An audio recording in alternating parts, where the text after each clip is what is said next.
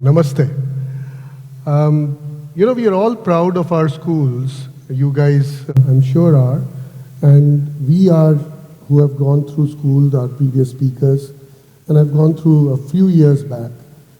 But one of the most important things that I'm proud about this school is the way they've brought the best of what our culture is and what are the modern thinkings of the West. And that's why I thought I'll start with saying Namaste, because that's the most important learning that I've learned having come to your school for many years. And to refer to your colleagues and the support staff here as bhaiyas and didis are two things that I have always remained with me. The point I'm making is, I think, to what our previous speakers also said, there's a learning probably in everything and every day you do things in life. And what I'm going to talk to you today is really about my journey. I'm hoping there is no sermons there, but mainly about some lessons that you could probably take from it and will help you in the future. This is from my favorite band. It's called Pink Floyd. And the song, as I'm sure some of you, I'm hoping you still follow Floyd. And this is from an album called The Wall. And it's all built around this, and I just wanted to bring this in front because when in school or when in university, this seemed like the most important statement to all of us. That, we don't need no education and we don't need no control. But when you pass through that generation and for that life, you come to different stages of your life, you realize that what you learn in school is equally important, if not in different values and different shades, along with what you learn outside. So it's not one or the other. It's one and the other is what I at least believe will shape you as a person, as a human being. So while I think you can listen and admire these songs as much, and I do still, I think there's a deeper meaning about what you need to do beyond education. And I thought I'll probably start with that. But I also thought it's important that you realize and ask a question saying, what is this learning about? Why do we need to learn? And how do we as one learn? And what is the process of learning? Being a computer science graduate and being in the corporate world and having done strategy and growth, we've always sort of followed a very structured approach towards life. Saying, if I have to solve a business problem or I have to enter a new market or I have to crack a new deal, what do I need to do? It's a structure that I need to follow. How do I make sure that we do this? And therefore, it was only natural for me to talk about something like this as we start to build on this. However, I think at the end of it, it's all about what we are claiming for is success. And I think the definition of success is very different for every individual. There is no formula for it. But I think the learning at the end of the day will help you decide what success means to you. And what I'm going to tell you today is what I think success means to me and what hopefully it will mean to me as I go forward. I think, a lot of us have talked about it, but I picked up 4 events, at least fresh in my memory, of things that happened that don't happen without any notice. They don't give you notice enough to be able to tell you that this is going to happen, prepare for it. And I think my talk is primarily about today how to be prepared for the unprepared. And the whole thing that I picked up were 4 key incidents that I think are absolutely world-changing. The first is the formation of the internet. Can you all imagine that there is a world which can exist without the internet? I can. I am from that generation where we started our business and our work when there was no email.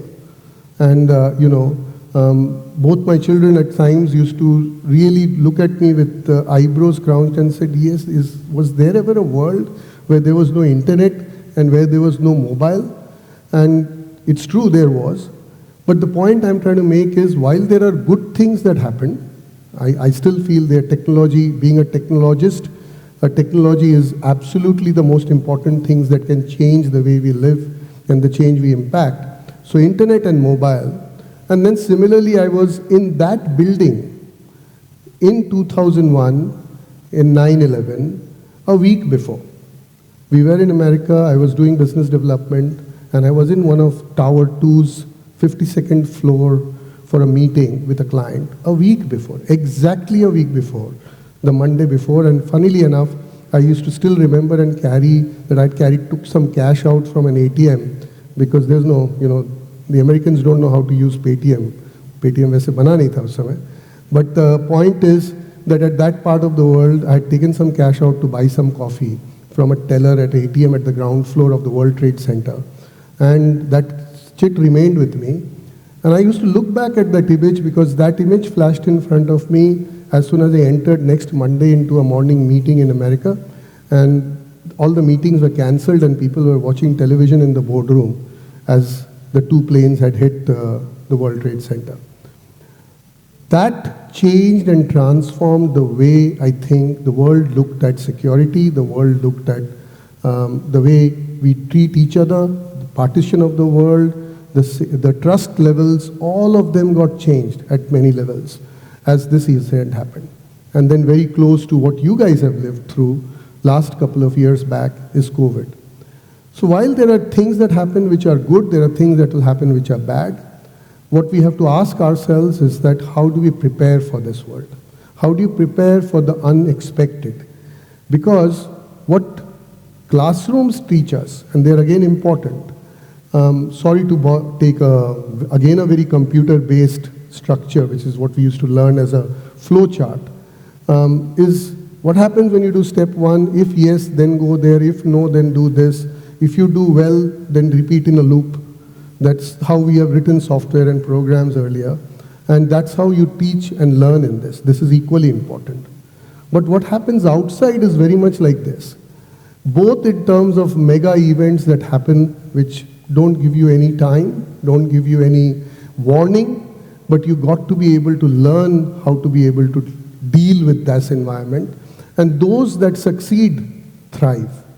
Those don't succeed or thrive in it learn through the long process. I don't believe in the process of anyone being left behind, so behind that they can't catch up. And I'll tell you that story also as we go ahead. So what we'll talk about is 3 incidents in my life, which I think are comparable to, like Sir said ahead, has got to be about something to do with sports. As in my introduction, she was very generous. I didn't know I had done so many things, but thank you for whoever put that together. The whole story of, different parts of sports encouraging me and learning from me, because as we all grow up, at least I'm hoping most of you, either are aspiring to be a star cricketer or a star footballer or star something, until you realize that there is a lot more effort that is required. It's not impossible, but there is a lot more effort that is required, and the pyramids in sports can be very sharp at the professional level. But there is a lot more learning from sports. So me in my mid-50s have still not given up on sports, and I play my level of sports, and I'm assuming all of you do. And I'll talk about why sports is a bigger metaphor than sports itself. This was my this first one on the left. It's a picture of my institution where I went to do computer science. It's an institution called Birla Institute of Technology in Mesra, Ranchi. Not popular Ranchi because of this institute, but because of Dhoni. Dhoni comes from Ranchi, and so now everyone knows about Ranchi. So that's where I studied, and I was really not expected to make it. Really not. As I keep telling people, and I tweeted about it yesterday saying that I am not an outstanding, but a standing out student.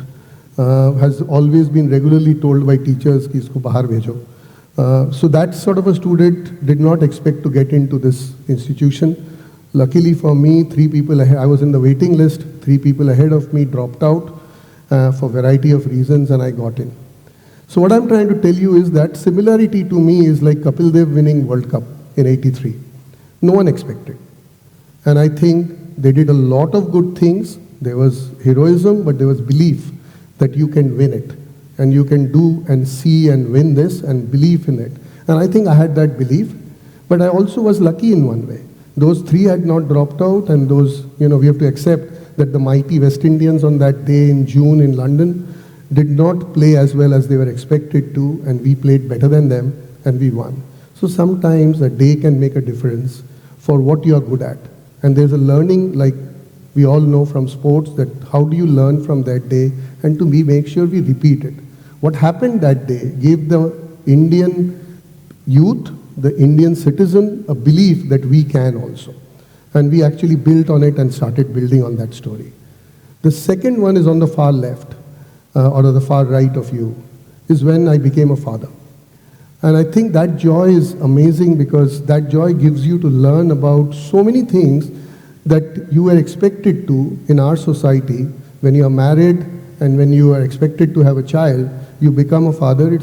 What's the big deal?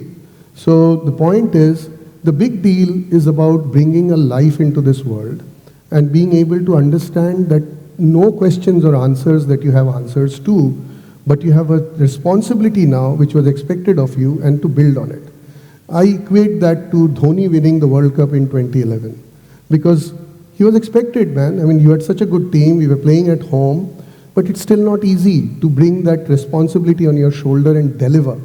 And I think that pressure is way too high for someone like Dhoni to have delivered on the team, and they did it.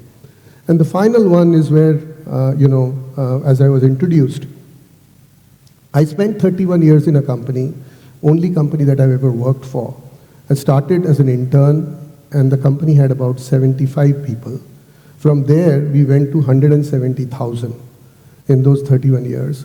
From less than $50 million in revenue, and I'm sorry, I'm using dollars as a currency because we in the IT services world, sell all our wares to outside India, so every conversion is on dollar, to about a $7.1 billion revenue. So less than 50 million to 7 billion, less than 50, 75 people to 170,000 people.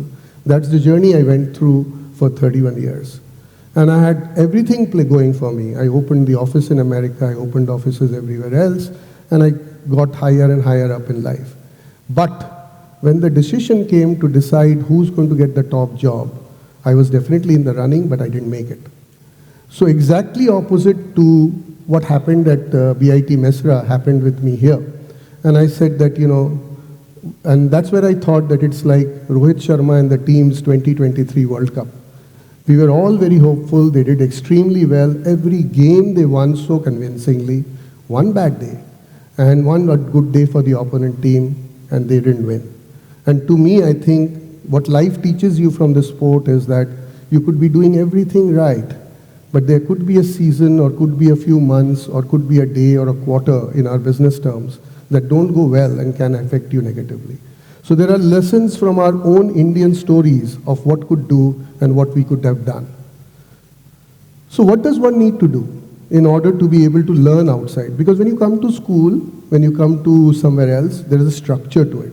You follow that structure and you say that I'm going to follow this structure to be able to deliver to these lessons that I learned. I felt these are my learnings, and I thought I'll share with you.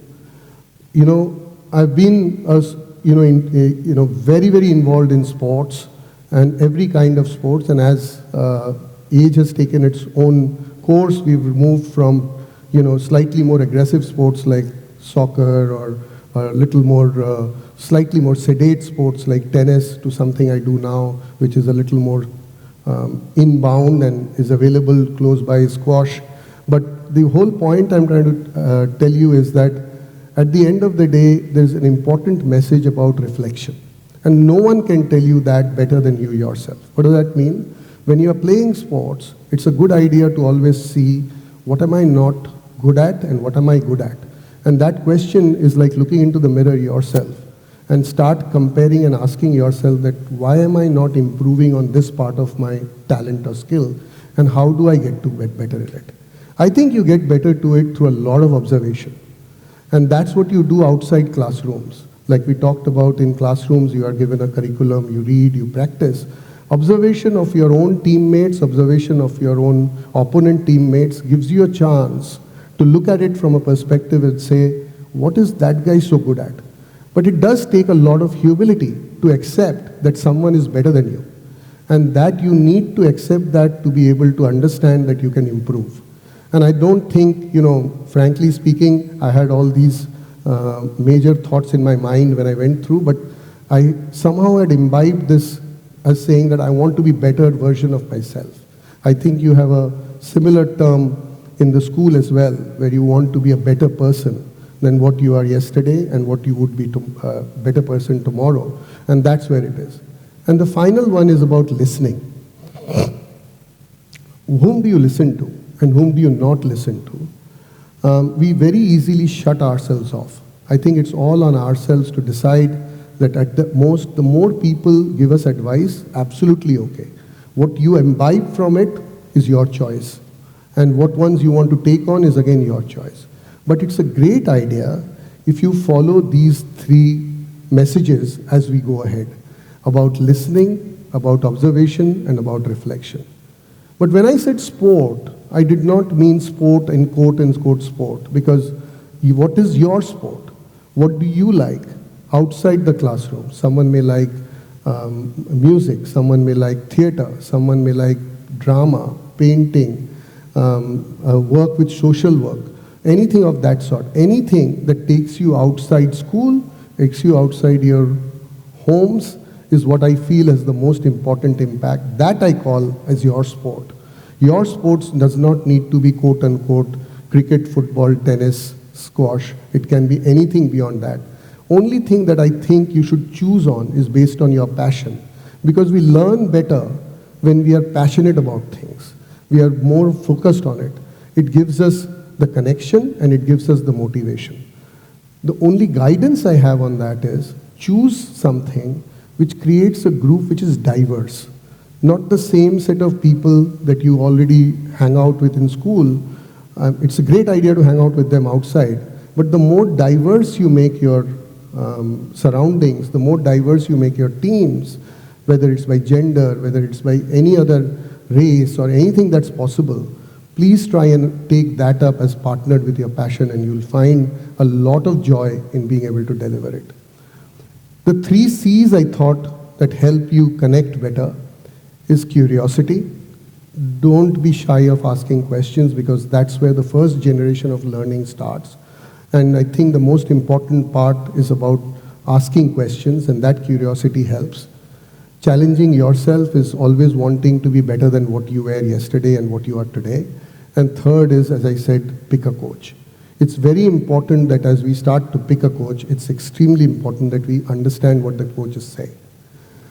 There are many people who have lined up here who are examples of people which actually can start off and have great examples. The first one is the Paris Olympic shooter who's become very popular because of his cool style of shooting. Nothing happens coolly. It's gone through extreme process, and he started after he left army. Novak did not win a tournament for a long while till he started winning, and our own Boman Irani started his acting career very late in life. But I think there are enough role models, like Sir was also saying, in and around us. And those are ones that inspire me more at times than the ones that are out there. You know, for example, a friend's father started his acting career at 75 years. He always wanted to do it, but he then said that let me get some photo shoots done. I don't know whether you've seen him. Though we look similar, he's the one slightly on the left-hand box. This man has started his acting career in 75. He's in Animal and he's in some of these other movies. And he said, we'll give it a shot. I myself, incidentally today, am launching my company at mid-50, which is a startup in AI and in Gen AI services, which something, thank you, which is something that typically people do when they're in their late 20s, early 30s, at the best in their early 40s, a startup. I decided to do it in the mid-50s. The message I'm trying to give you is, at the end of the day, it's never too late to start a new skill. It's never too late to start something that you're passionate about, and there are life that will give you a chance and opportunity. Finally, there are 2 things that I want to leave you with. My favorite poetries are between these 2. One is Gurudev Tagore's Where the Mind is Without Fear, and this one from a movie called Zindagi Na Milegi Dobara, which I'm hoping all of you have seen. If you have not, please do. And the lines there read as saying, दिलों में तुम अपनी बेताबियां लेके चल रहे हो तो जिंदा हो तुम, नज़र में ख्वाबों की बिजलियां लेके चल रहे हो तो जिंदा हो तुम, हवा के झोंकों के जैसे आज़ाद रहना सीखो, तुम एक दरिया के जैसे लहरों में बहना सीखो, हर एक लम्हे में तुम मिलो, खोले अपनी बाहें, हर एक पल एक नया समा, देखें ये निगाहें. The reason why I highlight this is because when I said and started the session of success, the success is dependent on you. And the success is about living every moment to the full. Thank you.